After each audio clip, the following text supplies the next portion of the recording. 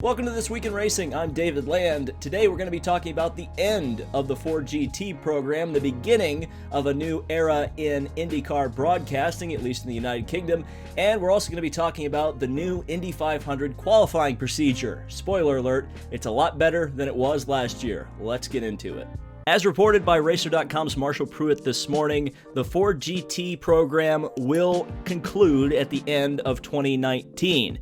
And unfortunately for international fans, that means the last race for the Ford GT will be at this year's 24 Hours of Le Mans, at least for the World Endurance Championship program.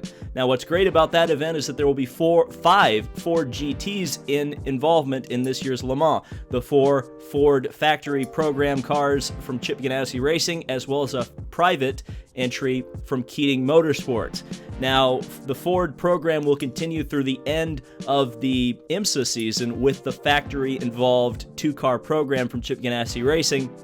And then next year, it looks like Chip Ganassi Racing will be moving to a Ford-powered DPI, which interestingly and ironically enough will be using the same Riley chassis that is currently used by Mazda Team Yost in the DPI category for next year. That's an exciting bit of news for prototype fans, but what about fans of the Ford GT itself? Well, don't worry. Of course, I mentioned earlier that Keating Motorsports has their own private, or a Ford GT in private hands, I should say. And then if you think about it, more than likely, at least some of the cars from Chip Ganassi Racing will more than likely be sold to other private entities, either to race it in GTLM and IMSA competition, or to race in GTE Pro or AM over on the World Endurance side for the 2020 World Endurance Championship Super Season. So it's not complete curtains on the Ford GT program, but going forward, there's going to be no more factory involvement from Ford.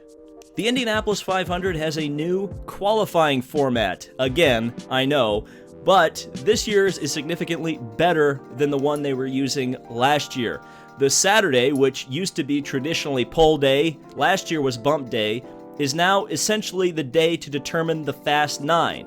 It will also determine positions 10 through 30. Once those positions are in on Saturday, they are locked. The positions 10 through 30 will no longer have to qualify throughout the rest of Indianapolis 500 qualifications. The cars that qualify on the last row are no longer safe. They are not locked into the field, and any cars that have not posted speeds fast enough to make the show will have to all re-qualify on Sunday morning to try to get into the Indianapolis 500. Now, how this will work. Sunday will be a combined bump day and run for the pole. Each car that participates in the special session will get one run each. The cars at the back of the grid, of course, will go first, and by the time position, let's say 38 through 30 or 31, I should say, positions 38 through 31 have qualified, then that's it. You know who's in and out of the Indianapolis 500, and then the Fast 9 procedure will take place, and that will determine who is on the pole position for the 103rd running of the Indianapolis 500. So a lot of people have wanted to know my thoughts on this. I think it is a marked improvement over the format that they were using last year. Last year's format, where they combined the final day, or the first day of qualifying, was essentially bump day, but it was also the scramble for the fast guys to try to get into the Fast 9 to qualify for the pole on Sunday. That did not work at all when you actually had real bumping, meaning you sent cars home. For an example, the final run of the day was Alexander Rossi trying to bump his way into the Fast 9, rather than who it should have been, for the drama and excitement's sake of the qualifying procedure, James Hinchcliffe. Now, this format hasn't necessarily or completely eliminated that possibility from happening, where somebody's going to try to bump their way into the Fast 9 and be the final run of the day, but it significantly changed the process where if it's a Fast 9 guy who is getting in there and screwing up the run to get in the show, it's not going to completely take or screw over that person who otherwise would be left out in the cold because one of the faster guys is trying to get into the show. Because they have that LCQ session, that's what I'm going to call it, on the next day. Do I necessarily agree with them locking in as many positions as they will? Because essentially after Saturday, you will know the 1st through 30th starters of the Indianapolis 500. And even if some of those drivers are slower, let's say the 30th position driver is slower than everybody else who goes the next day, that guy is still in the field while the other guys are left out in the cold. It does create the possibility of that situation where you won't have the fastest 33 qualifiers, or at least the fastest, the cars that set the fastest laps. If I were in charge of it, it would be that Sunday would be almost entirely a bump day, and then you would maybe leave the final hour for qualifications for the pole position. The reason it isn't that way, of course, is because of television. And this is where I'm going to defend IndyCar a little bit after, bashing them. And it's also kind of funny that in the last video I talked about how bad the Indy 500 qualifying procedure was, and then they announced that they changed it the very next day. Funny how that works. But, the bumping procedure, along with the Fast 9, essentially being consolidated into a 2.5-hour made-for-TV event, which will be broadcast on NBC, the big NBC, not NBC Sports. So you've got national television time. And I've heard for a very long time, everybody has always told me, especially consider that only 2 years ago, 2017, we were having discussions about how there would never be bumping anymore, and there would only ever be 33 entries for the 500. And one of the complaints, or one of the things that was always brought up, was you need to have return on investment for those sponsors that are going to miss the show. Full season or not, somebody is paying for each of those cars that is entered into the Indy 500. It's not cheap. I've always heard quoted that it's $1 million to do a bottom of the barrel Indy 500 entry. $1 million. So that's a lot of money on the line. This format essentially gives the people who will be bumped, because if we're looking at it, we're either somewhere in the range of 5 to 7 cars are going home from this year's Indianapolis 500. And some of those cars, they're going to be full season entries. Almost certainly there will be one full season entry that'll go home. Whether it's a big name or not, we don't know, but history almost kind of favors that it will be a big name. So that person's sponsor is essentially going to get a free, not free because they've obviously paid for the car, but they're going to get more TV time than they would if they were guaranteed a spot in 40th position. If, let's say, they add 40, add 7 spots to the Indy 500 field, they're getting more TV time. They're essentially getting a 4-minute advertisement for whatever product they slap on the side of that car on NBC, the big NBC, at noon on a Sunday. I don't work in advertising, I don't work in TV, but I'm guessing buying a 4-minute spot where your logo is shown continuously, nonstop on NBC, the big NBC, I'm guessing that's very expensive. So I think would it be great if it was a 4-day qualifying effort like it used to be back in the 80s and 90s? Yes, I agree. I agree with you. I'm a traditionalist. I'm sure I don't have to explain that to you guys at this point. But at the same time, you have to change sometimes to be able to maximize, or at least keep things the way they are. I'm more of a traditionalist in that I want to see bumping no matter how it has to take place or how you have to convince people who are paying to do it that it's worthwhile, than not see it at all because we want to have 4 days of qualifying. I think this is the best way to do it. I think you have a great way to keep these smaller teams and some of the teams that are going to struggle in the spotlight, so that they can go to their sponsors and say, well, we didn't make the race, but look what we got you. Look how much ink, look how much online coverage, look how much TV coverage we got you. Because those teams honestly are probably going to get a better deal than a lot of the sponsors that are going to be paying for the 30th place car that's going to finish 5 laps down. You know what I'm saying?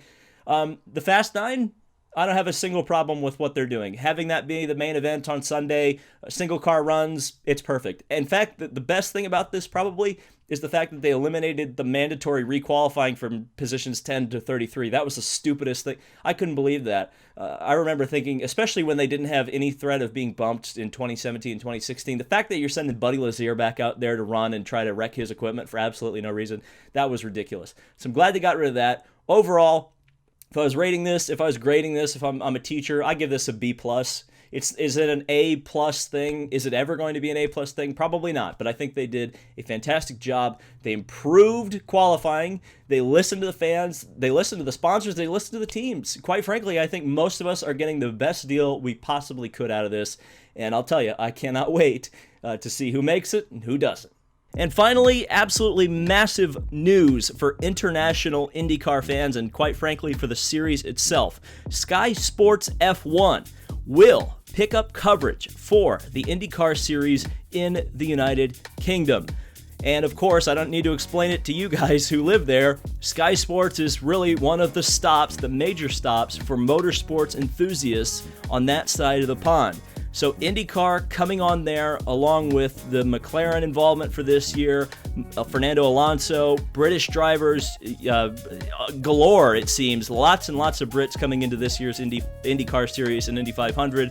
There's a lot of interest there, and IndyCar, even though it's always been an American series, it's always had a lot of international interest. Now, I have to say that I'm not the most educated on how the British TV works. I know that at one point F1 was available on free over-the-air broadcasting through the BBC. I think that ended a couple of years ago, if I'm not mistaken. So the only place you can watch F1 now is Sky Sports F1, and now it's the only place that you can watch IndyCar racing.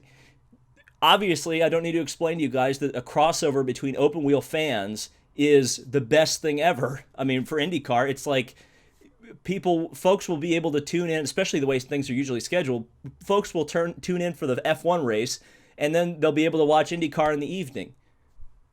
I mean, and considering the product that IndyCar has, considering some of the complaints I see from F1 fans, if the F1 race is bad, well, just wait a couple hours, watch the IndyCar race, and you get the best of both worlds. You get the technological and exciting advancement of the sport in F1, and then you go watch some really hardcore competition over in IndyCar. It's great. I think this is one of the biggest things they've done, and this has not Mark Miles, but Mark Miles obviously probably had something to do with it, but this has Jay Fry written all over it, and quite frankly, it's an absolutely fantastic move. Now, before I wax too poetic on IndyCar on this one, I do want to say, for those folks who live in places like Canada, places like Spain, places like New Zealand, that don't quite have a TV contract right now, and we're a week away from the season starting, I sincerely hope that IndyCar has some sort of a backup plan, especially considering they are now the sole control entity over the international TV rights. If they can't get anything within the next week for you folks out there, I certainly hope that they will utilize the platforms they have, like YouTube, like their own site, to provide some sort of a video streaming service free of charge. Obviously, if they can't get it on TV, I hope that there was some sort of free way for you guys to watch it, because otherwise they've absolutely made a huge mistake in terms of missing some key markets, international markets, I should say, for IndyCar and leaving it this late in terms of a TV deal. But like I said, in terms of the UK, this is huge. I know that IndyCar racing, or at least kart, used to be on Eurosport, and one of the reasons that IndyCar became such a hit internationally was because of very similar situations like this. Now, granted, Alonso is not the British defending F1 champion coming over here for the full season, obviously, but there is still that interest there. There's still that international intrigue about IndyCar racing and about what this is all about. Providing a platform, especially, UK fans are going to have some of the best, like May 26th or whenever the 500 is this year, that's going to be the best day for them ever, especially on that channel, because as soon as Monaco ends, they'll be able to go right into Indy 500 coverage. It'll be fantastic. So that'll be a really fun day for you guys, I gotta say. And it's just exciting. I think this is absolutely fantastic. Again, I think all the open wheel fans are there. I think the interest is there. And I think IndyCar is going to put on a product that is going to attract a lot of the people who either are disillusioned with F1 or just want something else to watch on a Sunday afternoon or a Sunday evening, I suppose it is over there. There's pretty much no downside on this one in terms of a TV package for that particular market. So, pretty positive. Obviously, the Ford GT program's a little bit sad, but it seems like at least some of that program is going to be moving on into the future. So what did you think? What do you think of the Indy 500 qualifying procedure, Ford GTs, or Sky Sports F1? Let me know down in the comments. Thank you guys so much for watching. This has been This Week in Racing. Subscribe for more motorsport content, and I will see you in the next video.